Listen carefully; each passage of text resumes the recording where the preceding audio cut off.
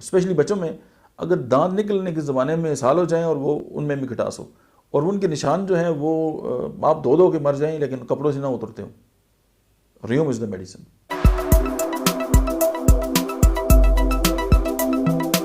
बिस्मिल्लाहिर्रहमानिर्रहीम, अस्सलाम वालेकुम। मेरा नाम डॉक्टर अहमद एजाज है और मैं सिमिलिया क्लिनिक्स अहमदाबाद से आपसे मुखातब हूँ।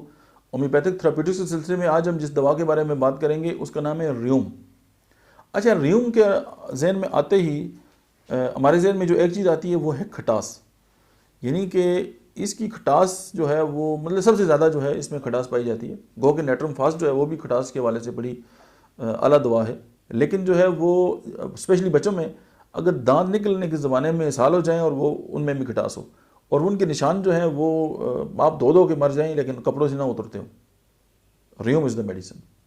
अच्छा, रियूम के अंदर एक बहुत ख़ास जो है वो बात है वो है माइनर डिजीज़।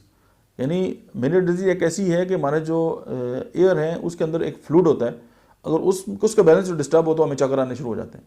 तो ये दवा है उसको भी ठीक करने के हवाले से।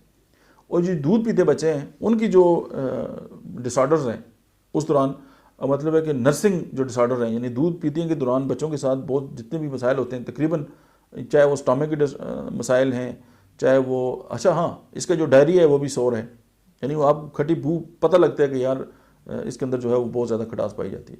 तो अगर इस तरह की कोई इंडिकेशन के साथ बच्चा क्लिनिक के अंदर आता है तो रियूम जो है उसको ज़रूर याद रखें और कमाल दिखाएं। Thank you very much.